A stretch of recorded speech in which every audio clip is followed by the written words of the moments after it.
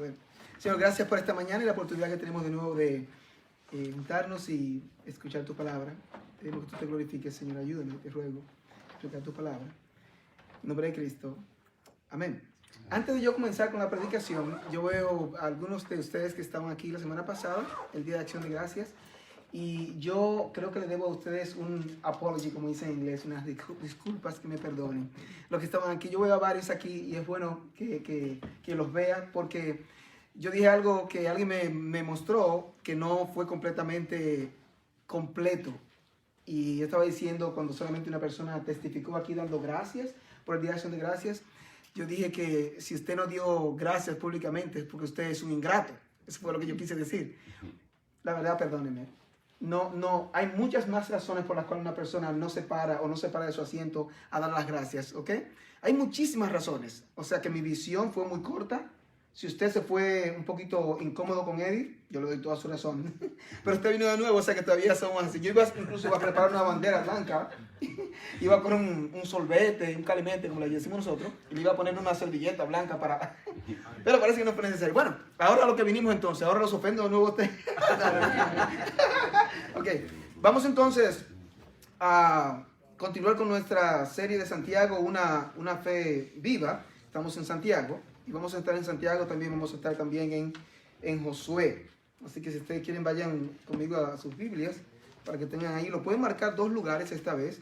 Pueden marcar a Santiago, capítulo 2, donde estamos. Y también pueden marcar a Josué, capítulo 2. Josué, capítulo 2. ¿Okay?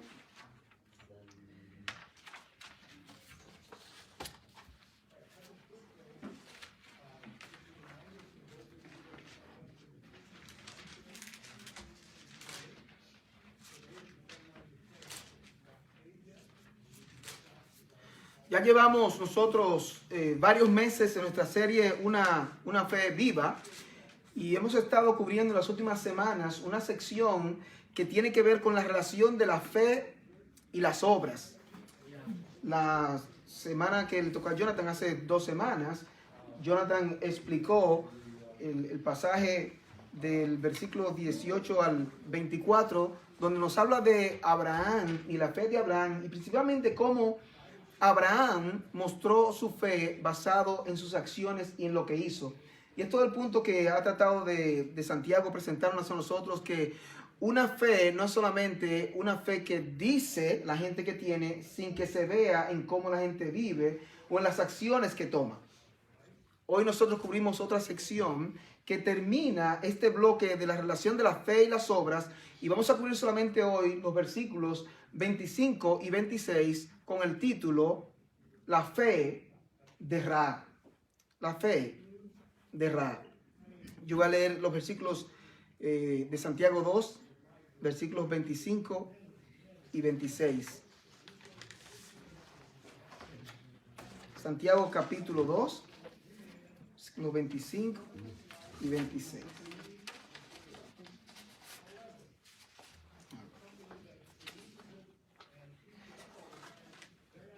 Dice, asimismo también Rahab, la ramera, ¿no fue justificada por las obras cuando recibió a los mensajeros y los envió por otro camino? El versículo 26 del capítulo 2 de Santiago, para los que todavía no lo encuentran.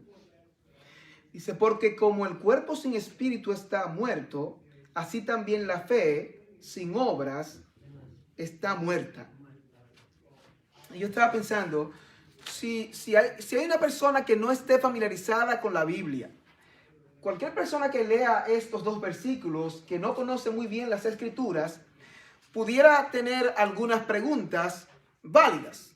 ¿Qué preguntas pudieran surgir de una persona que no está familiarizada con la Biblia al leer estos versículos? Estas son algunas preguntas que pueden surgir. ¿Quién fue Rahab? ¿Qué hizo Rahab? ¿Qué obtuvo Rahab? ¿Y cuál es el punto? Esa es exactamente la estructura de nuestro sermón hoy para estos 2 versículos. En primer lugar, en el versículo 25, vamos a ver 3 secciones. ¿Quién fue Rahab? En la primera parte del versículo 25. ¿Qué hizo Rahab? En la segunda parte del versículo. ¿Qué obtuvo Rahab?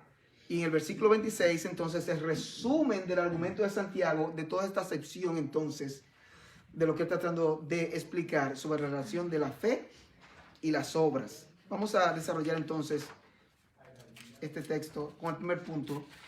¿Quién fue Ra? ¿Quién fue Ra? Dice el versículo 25, asimismo también Ra, la ramera. Primero notar que dice asimismo también. Lo que él va a hacer es que lo que acaba de hablar de Abraham, y el punto es que voy a usar el otro ejemplo para hacer el mismo punto que hice de Abraham. Ahora lo voy a hacer con Ra. En la manera que Abraham mostró su fe por sus obras, ahora él nos va a mostrar cómo Ra también mostró su fe por sus obras. Recuerde que en el versículo 14, él argumentó de que la persona que tiene ese tipo de fe, un tipo de fe que dice y no hace, no es una fe que pueda salvar a nadie. Y hay mucha gente, explicamos, que piensa que la fe quiere decir solamente tener cierto tipo de creencias correctas, y solamente tener las creencias correctas te lleva solamente al nivel de los demonios, porque dice la Biblia que los demonios también creen y tiemblan, pero no pasa más nadie ahí. Y hay personas que ni siquiera llegan al nivel de los demonios, porque ellos supuestamente creen y ni siquiera tiemblan a la palabra de Dios. Una posición muy peligrosa en la cual una persona puede estar.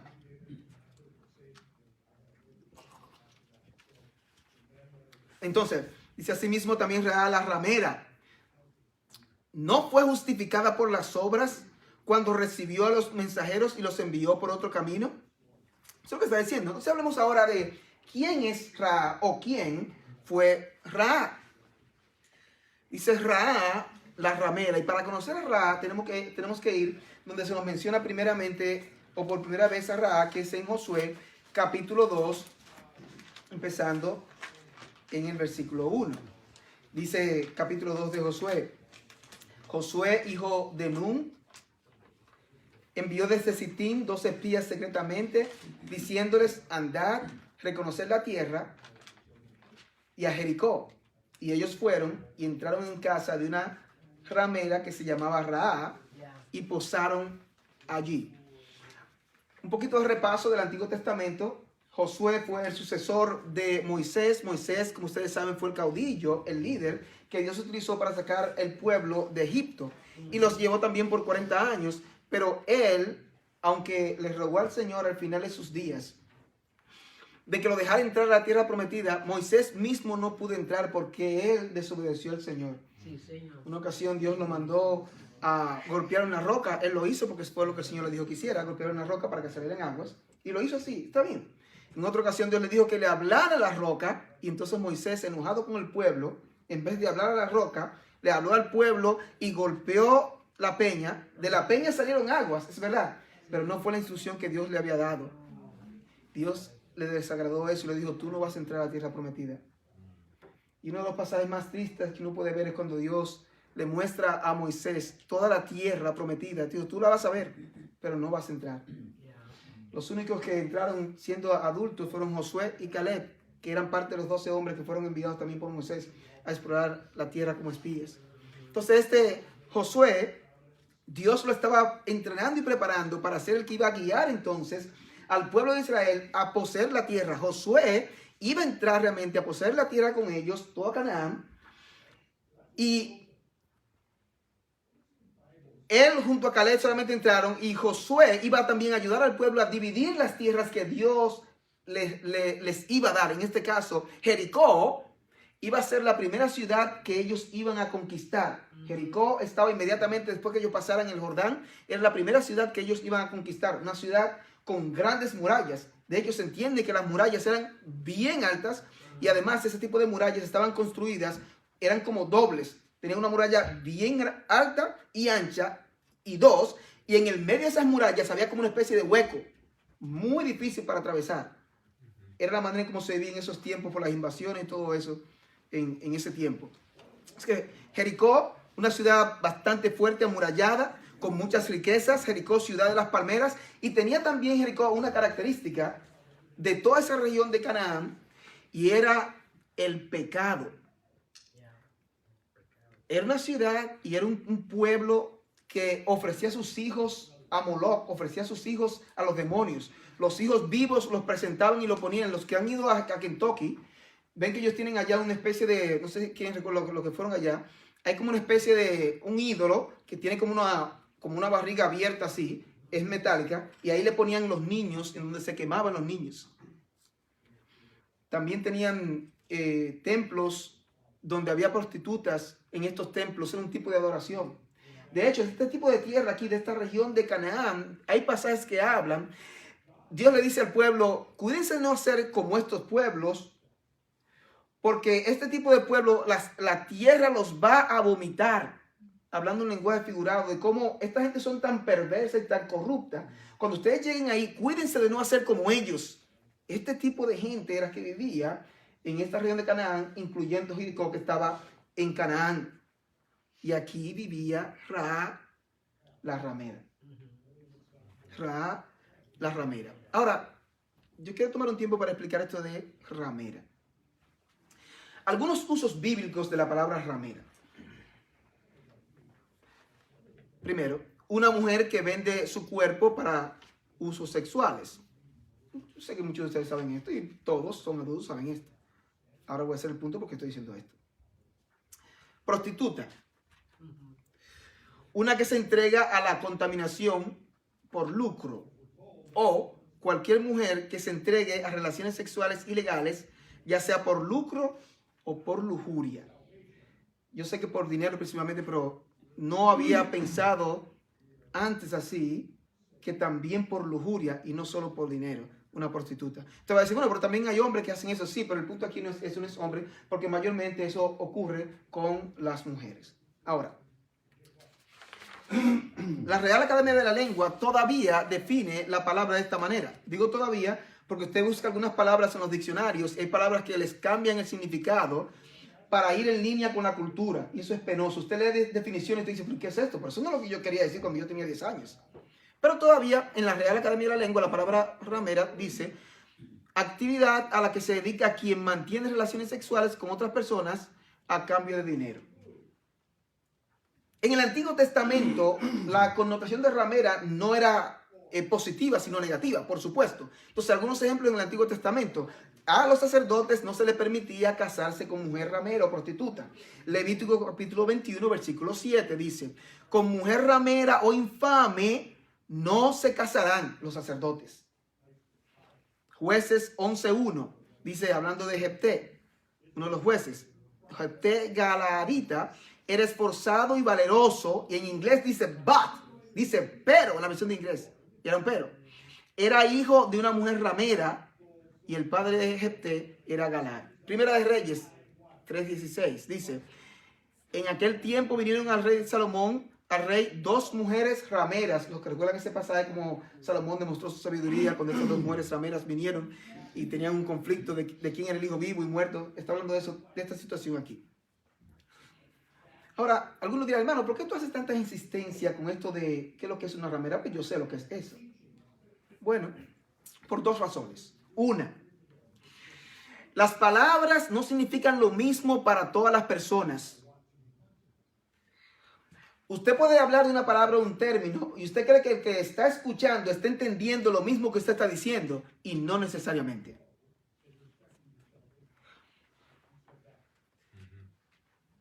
Primero, fuera de la iglesia. Yo estaba leyendo un artículo sobre esto de la prostitución y es un artículo explicando el problema de la prostitución y cómo resolverlo y todo eso. Oigan lo que ellos dicen al principio hablando de la prostitución, definiendo la prostitución. Prostitución. La venta de servicios sexuales es otro comportamiento sexual controversial, dicen ellos. Muchas personas, y especialmente aquellas con opiniones religiosas conservadoras, esos son ustedes y nosotros acá, creen que la prostitución es inmoral. ¿Creen? Porque implica sexo por dinero y consideran que la prostitución es un signo de la decadencia moral de la sociedad. ¿Ven que lo que uno dice no necesariamente significa lo mismo para las otras personas y no tiene las mismas implicaciones? Porque en la Biblia vemos en la definición que la palabra prostitución y ramera no es algo bueno. Esto no se presenta así. Y ese es el mundo que estamos viviendo. Ese es el mundo que estamos viviendo. Eso es fuera de la iglesia. Lo cual tú puedes decir, por supuesto, que esperas. No son cristianas. No conocen la Biblia. Y dentro de la iglesia. No exactamente hablando particularmente de la prostitución, pero un tema relacionado, solamente para hacer un punto estoy haciendo aquí. Estaba viendo una encuesta de la compañía, el grupo encuestador que se llama Grupo Barna Group, que ustedes han escuchado, bastante famoso, hace diferentes estudios. Es un estudio que tiene más o menos 5 o 6 años. Y ellos hicieron una pregunta, entre otras. La pregunta es, entre gente que va a la iglesia constantemente, ¿es la cohabitación una buena idea? La cohabitación es el concubinato. Vivir con una persona con la cual usted no está casado. Pregunta entre gente que va a la iglesia. 41%, o sea, estamos hablando de 4 de 10 personas que va a la iglesia constantemente y se llaman evangélicos, dijeron que estaba ok. Entonces, ¿qué estamos diciendo? Que aún en medio de la iglesia es un grave problema en lo que, como la gente piensa de las cosas. Y dice, analizando, dice que por otro lado es más probable que los estadounidenses más jóvenes, menos religiosos y más liberales hayan vivido con una persona antes del matrimonio. Dice él, curiosamente, vemos también que los asistentes a la iglesia frecuente tenían también una, dice él, déjame leerlo de nuevo aquí. Vemos que los asistentes a la iglesia de este lado, un hecho que podría probar cuán generalizado ha sido este cambio cultural. Lo que está diciendo es que aún gente que va a la iglesia también tiene la mentalidad de que vivir en un concubinato no es ningún problema. Y eso es penoso. Otra razón, además de que no, cuando uno dice una cosa, la gente no entiende lo mismo, es que no todos los eruditos bíblicos entienden que Rahab era una prostituta, como dice el texto. No todos los eruditos bíblicos, los expertos y los comentaristas, como usted lee, no todos creen que Rahab era una ramera. Ellos piensan algunos que Rahab lo que tenía era una especie como de posada y Rahab era como la mesonera que atendía en esa posada, pero no una prostituta. Esa es una de las explicaciones que usted encuentra cuando lo estudia. Otros entienden que como la palabra también se utiliza de manera figurativa, como una metáfora para la idolatría, que sencillamente Rahab no era una ramera, una prostituta, sino que lo que está diciendo que Rahab era una idólatra por vivir en esta región. Pero lo que dice el texto es que Rahab era una ramera. Cada escritor que habla de Rahab la presenta siempre como Rahab la ramera. Y usted dice, pero ¿por qué Santiago no busca otro personaje para poner al lado de Abraham, el padre de la fe, y pone a Rahab una ramera? Y si usted pregunta eso, yo le pregunto, ¿y por qué no? Póngase a pensar que esto es como cuando usted va a comprar una joya, un diamante. No ponen la joya sobre un paño claro, ni mucho menos brilloso. ¿Qué hacen? Te ponen el diamante sobre un ¿qué? Una especie de paño de terciopelo, de manera que el diamante brille. Yo pienso que poner a Rahab aquí, en esta lista, en el punto que está haciendo, es como ese diamante que se pone sobre un paño oscuro, y es como la gracia de Dios para que brille más la gracia de Dios, que esa gracia de Dios que salva al más vil de los pecadores. Y eso es buena noticia para nosotros, de que aunque somos pecadores, por la gracia de Dios podemos y tenemos salvación los que hemos conocido al Señor. En segundo lugar, y nuestro segundo punto, ya sabemos que Rahab vivía en Jericó y era una ramera. En segundo lugar, vamos a ver ahora qué hizo Rahab. Y el mismo versículo 25 dice que fue justificada por obras cuando recibió a los mensajeros y los envió por otro camino. Para entender eso, entonces vamos a ir directamente a Josué, donde está la narración de Rahab. Josué capítulo 2. Josué capítulo 2.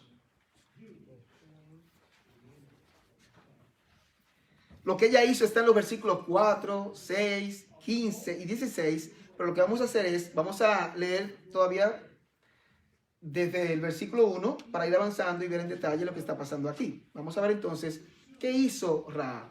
Desde el versículo 1 de nuevo de Josué, capítulo 2. Josué, hijo de Nun, envió desde Sittim 2 espías secretamente, diciéndoles, andad, reconoced la tierra y a Jericó. Y ellos fueron y entraron en casa de una ramera que se llamaba Raab y posaron allí. Y fue dado aviso al rey de Jericó, diciendo: he aquí que hombres de los hijos de Israel han venido aquí esta noche para espiar la tierra. Entonces el rey de Jericó envió a decir a Raab: saca a los hombres que han venido a ti y han entrado a tu casa, porque han venido para espiar toda la tierra. Versículo 4, ahí está lo que ella hizo ahora. Pero la mujer había tomado a los hombres y los había escondido, a los espías. Y dijo: es verdad que unos hombres vinieron a mí, pero no supe de dónde eran. Ahí posiblemente uno empieza a levantar las cejas. ¿Y cómo? ¿Será cierto? 5. Y cuando se iba a cerrar la puerta, siendo ya oscuro, estos hombres se salieron y no sé a dónde han ido. Seguidlos a prisa y los alcanzaréis. Versículo 6. Mas ella los había hecho subir al terrado y los había escondido entre los manojos de lino que tenía puestos en el terrado. Y los hombres fueron tras ellos por el camino del Jordán hasta los vados, y la puerta fue cerrada después que salieron los perseguidores. Aquí está diciendo que Raab recibió a estos hombres, los espías.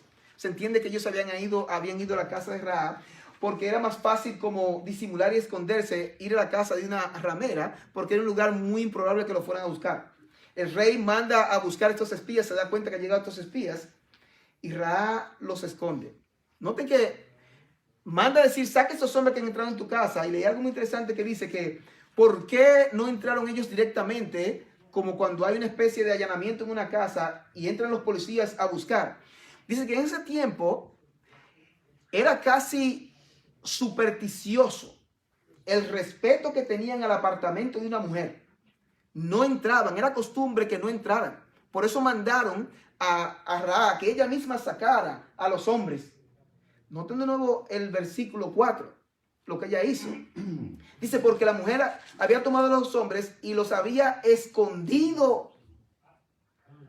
Versículo 6. Mas ella los había hecho subir al terrado y los había escondido entre los manojos de lino que tenía puestos en el terrado. ¿Qué más hizo la mujer? Versículos 15 y 16 con estos hombres. 15 y 16. Estamos viendo qué hizo Raab.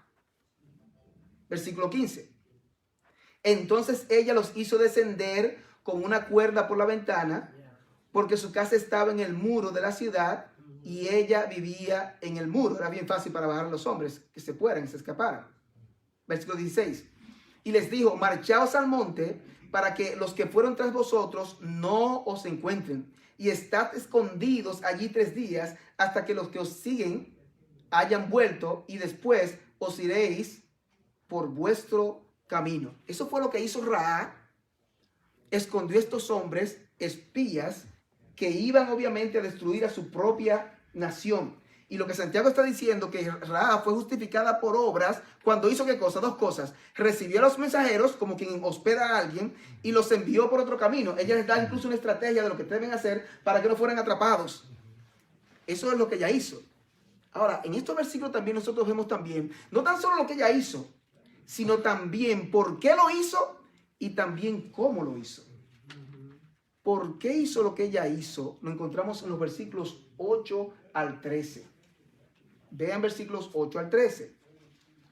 Antes que ellos se durmiesen, ella subió al terrado y les dijo: sé que Jehová os ha dado esta tierra, porque el temor de vosotros ha caído sobre nosotros, y todos los moradores del país ya han desmayado por causa de vosotros.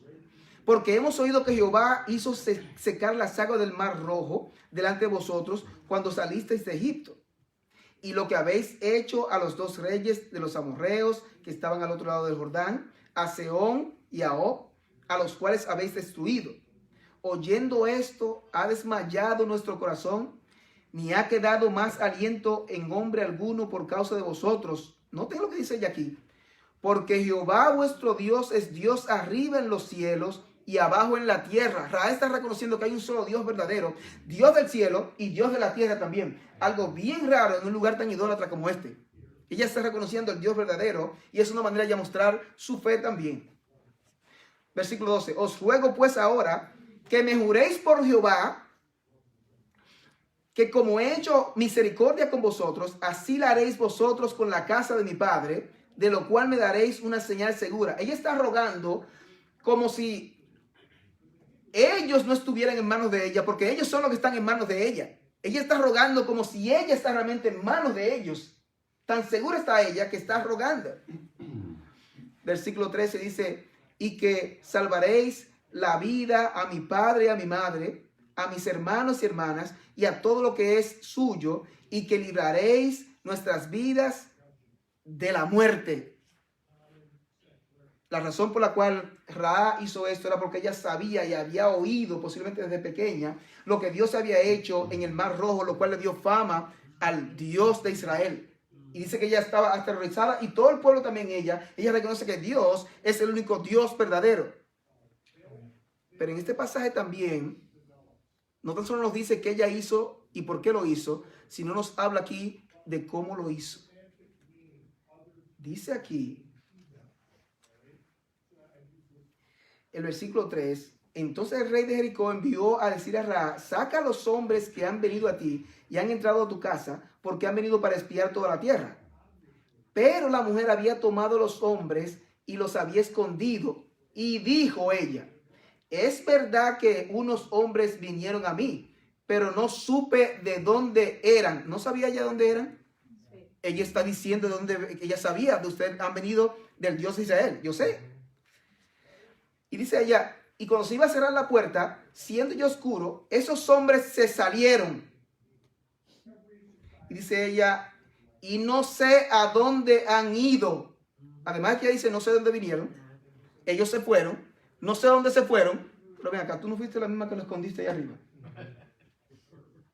Y más a eso, ella añade algo más. Seguidlos a prisa y los alcanzaréis. Los esconde, desvía a esta gente y los lleva lo más lejos posible. Porque esta mujer está tratando de proteger a estos hombres que sabe que vienen del pueblo, del Dios verdadero.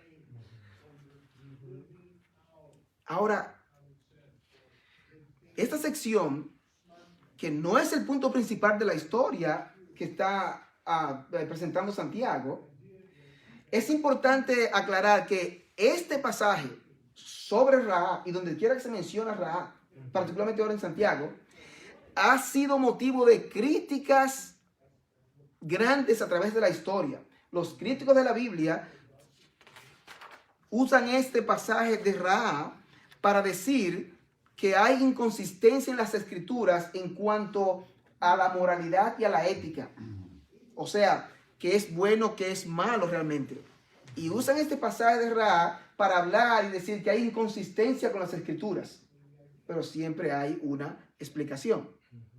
Porque lo que uno está leyendo parece, hay algo raro aquí. Porque Santiago está diciendo que Rahab fue justificada por cosas que hizo aquí. Pero yo estoy leyendo otras cosas aquí también. Esto como que no me cuadra. Esto no me cuadra. ¿Cómo es que Rahab entonces se nos presenta como una especie de heroína? Y la Biblia parece condenar en diferentes partes y consistentemente la mentira y el engaño. ¿Cómo entonces Rahab se nos presenta como una heroína? Y tú dices, bueno, aquí hay un punto. Es cierto. Algunos pasajes que nos hablan de la mentira y el engaño en las escrituras. El 9º mandamiento en Éxodo 20:16 dice, no hablarás contra tu prójimo falso testimonio, especialmente, y ya incluye más que eso, pero cuando hay un juicio te llaman como testigo, no hablar falso testimonio. Pero no incluye solamente eso incluye mucho más. Proverbios 6, del 16 al 19, habla de 7 cosas que Dios aborrece. Entre ellas, dice, está la lengua mentirosa, el testigo falso que habla mentiras. Tito 1:2 dice que Dios es el Dios que no miente. Esa es su naturaleza. Aún en Apocalipsis habla de que los mentirosos no heredarán el reino de los cielos. Cuando habla de una categoría y un grupo de personas que no heredarán el reino de los cielos, ahí incluye a los mentirosos.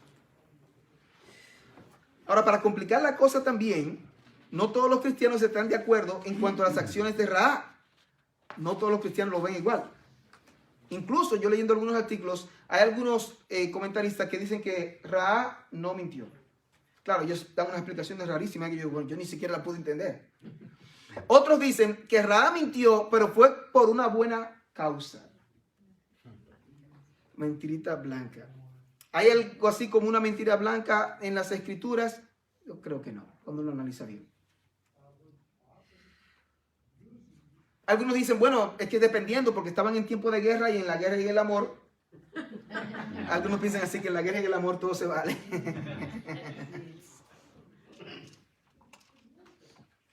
Puede haber argumentos válidos como eso. Y hay por lo menos 17 pasajes en las escrituras donde parece que la gente hace algo como engañoso o mentira y la Biblia no los condena, entonces como que uno se confunde. Pero lo que uno debe tomar en cuenta es no concentrarse, como dicen, en 1 o 2 árboles y perder el bosque. El hecho de que la Biblia no condene un acto no quiere decir que la Biblia lo aprueba. Ra sí mintió. ¿Usted lo vio ahí? Pero eso nos habla a nosotros también de la integridad de las escrituras, que la Biblia nos presenta los hechos tal y como son, y no necesariamente quiere decir eso que la Biblia lo aprueba.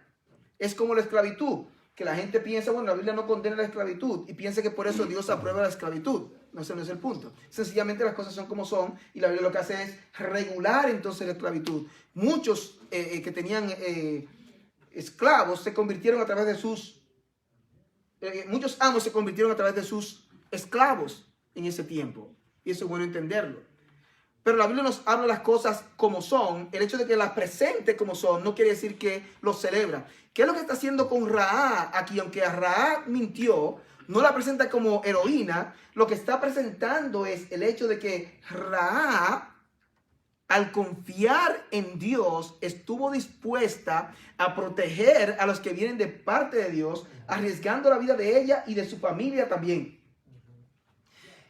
Y no es que la reconoce porque mintió, sino a pesar de que mintió. Si no fuera así el caso, ninguno de nosotros tuviéramos esperanza. Porque el Señor utilizó a Pedro, aunque lo negó 3 veces, y a pesar de eso, el Señor utilizó a Pedro también. Y eso de nuevo nos habla de la inmensa bondad y gracia de Dios para los pecadores.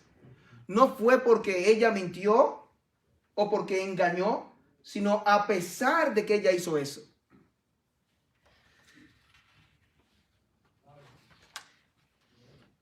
Alguno estará pensando, pero espérate, pero que si Raab no engaña y no miente, entonces los soldados, los espías iban a perecer. Y ese razonamiento es peligroso, porque ese razonamiento lo que está diciendo es que Dios necesita que el hombre peque para Dios llevar a cabo sus planes. Pero eso se llama, como dice un escritor que se llama Douglas Wilson, eso se llama razonamiento carnal.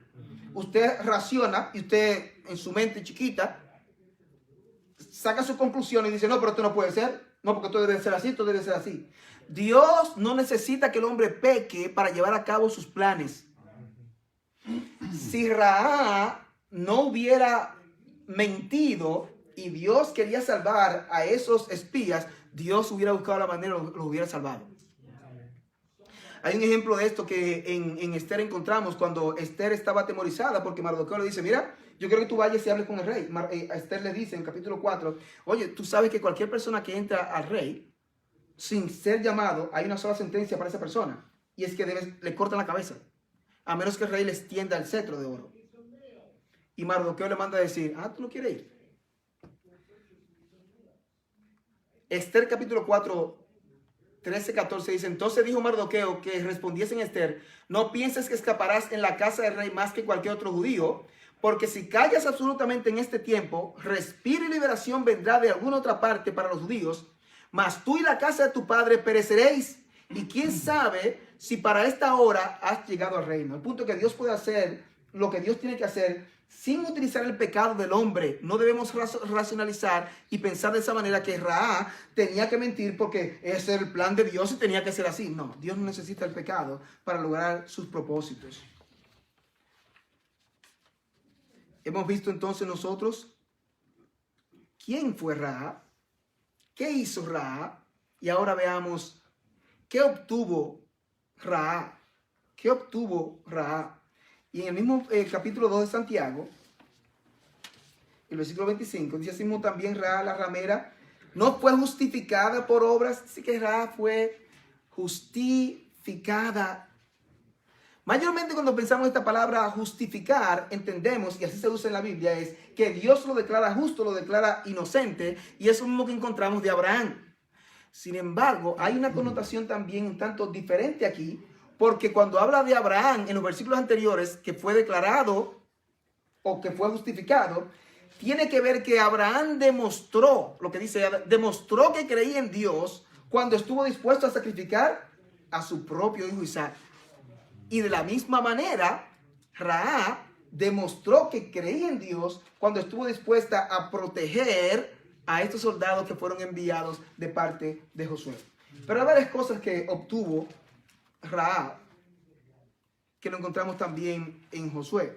En primer lugar, ella obtuvo liberación de la destrucción temporal, porque la ciudad iba a ser destruida completamente. Hombres, mujeres, niños, ancianos, Dios había mandado a destruir todo en esa ciudad. Eso también levanta la ceja de alguna gente también y no entiende eso, de cómo es que Dios hace eso, pero es tema de otro capítulo. En Josué capítulo 2, los versículos 23 y 25 dicen: y los espías entraron y sacaron a Rahab, a su padre, a su madre, a sus hermanos y todo lo que era suyo. Y también sacaron a toda su parentela y los pusieron fuera del campamento de Israel. Versículo 25. Mas Josué salvó la vida de Rahab la ramera y a la casa de su padre y a todo lo que ella tenía. Y habitó ella entre los israelitas hasta hoy, por cuanto escondió a los mensajeros que Josué había enviado a reconocer a Jericó. Fue salvada de la muerte. Iba a ser destruida ella y su familia. En segundo lugar, fue salvada de la muerte eterna, obtuvo salvación, que es el punto que hace Santiago, de que fue justificada, fue declarada justa, y lo que hizo aquí en este pasaje, ella demostró que creía en el Señor con la obra que hizo, que fue lo mismo que hizo Abraham. En tercer lugar, ¿qué más obtuvo Rahab? Rahab obtuvo el honor de ser incluida en el linaje del Mesías.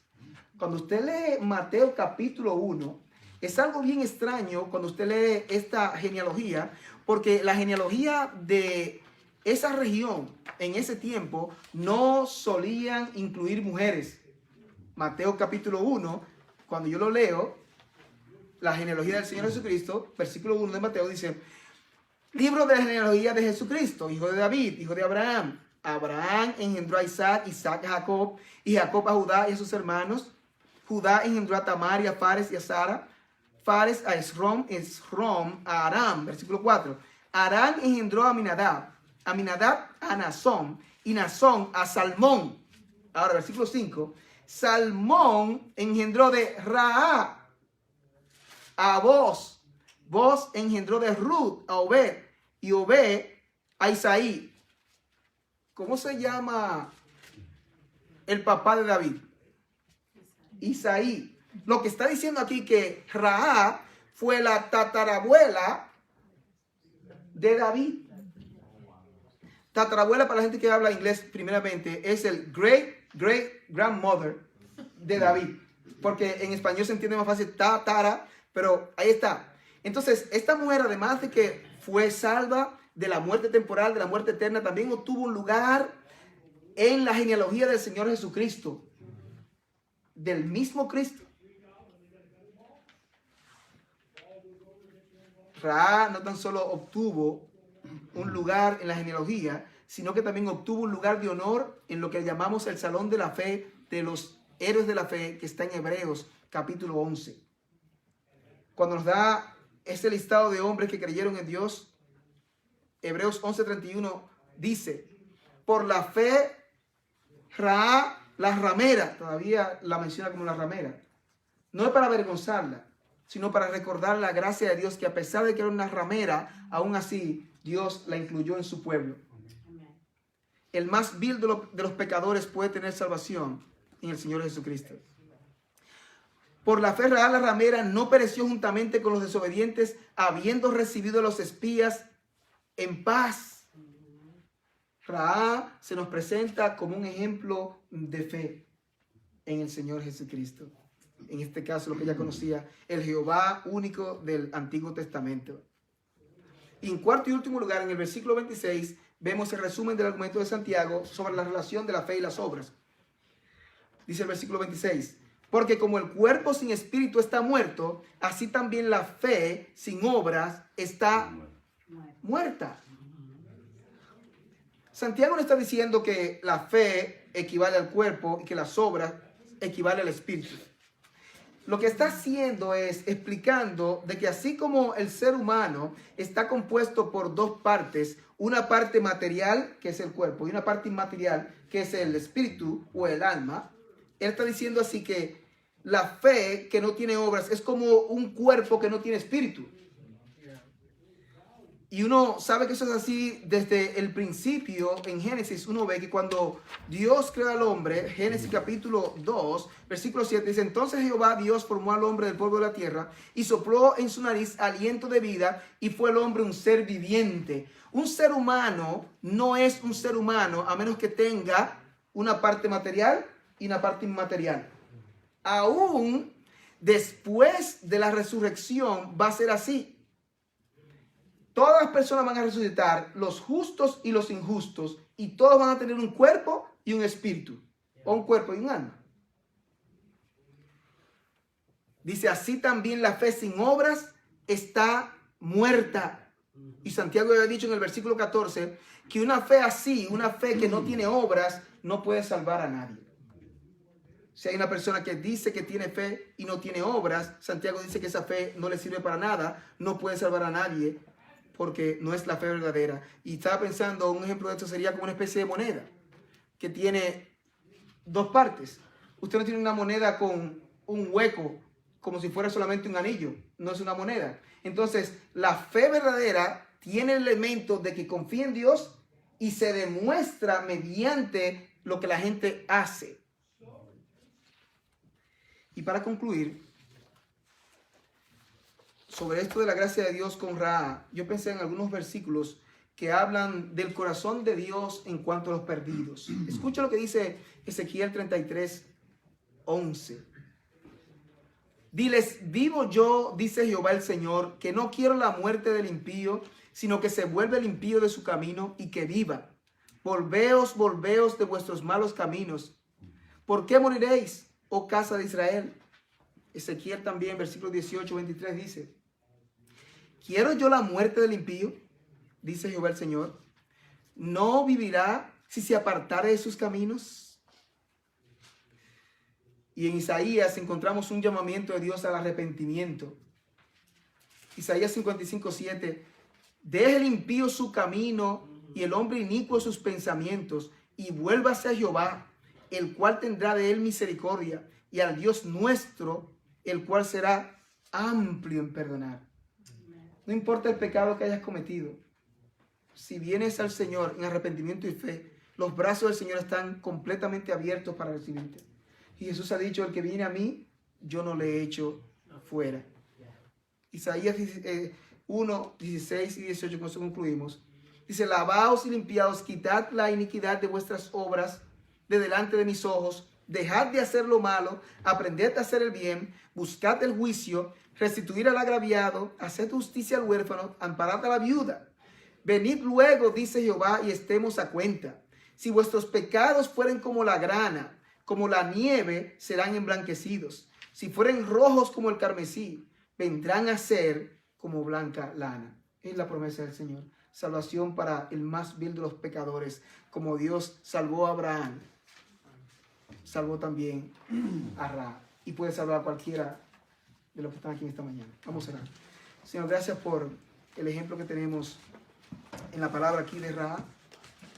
No fue elogiada porque mintió o porque tuvo una vida licenciosa, porque era ramera. Fue elogiada y aún salvada por su fe y específicamente por tu gracia, Señor. Te damos gracias por lo que hemos aprendido de esta sección de Santiago sobre la relación de la fe y las obras. Y yo te pido, Dios, que si hay alguna persona aquí que aún está engañada en cuanto a que cree tener fe, pero su fe no se demuestra por su vida, por su comportamiento, te pido que abra sus ojos y vea el peligro en que esa persona está, peligro de perderse eternamente. Gracias por la oportunidad que nos das de estar aquí juntos, escuchar tu palabra. Te bendecimos en el nombre de Cristo. Amén. Gracias por estar aquí en esta mañana. Un placer. Que vayan ustedes bien.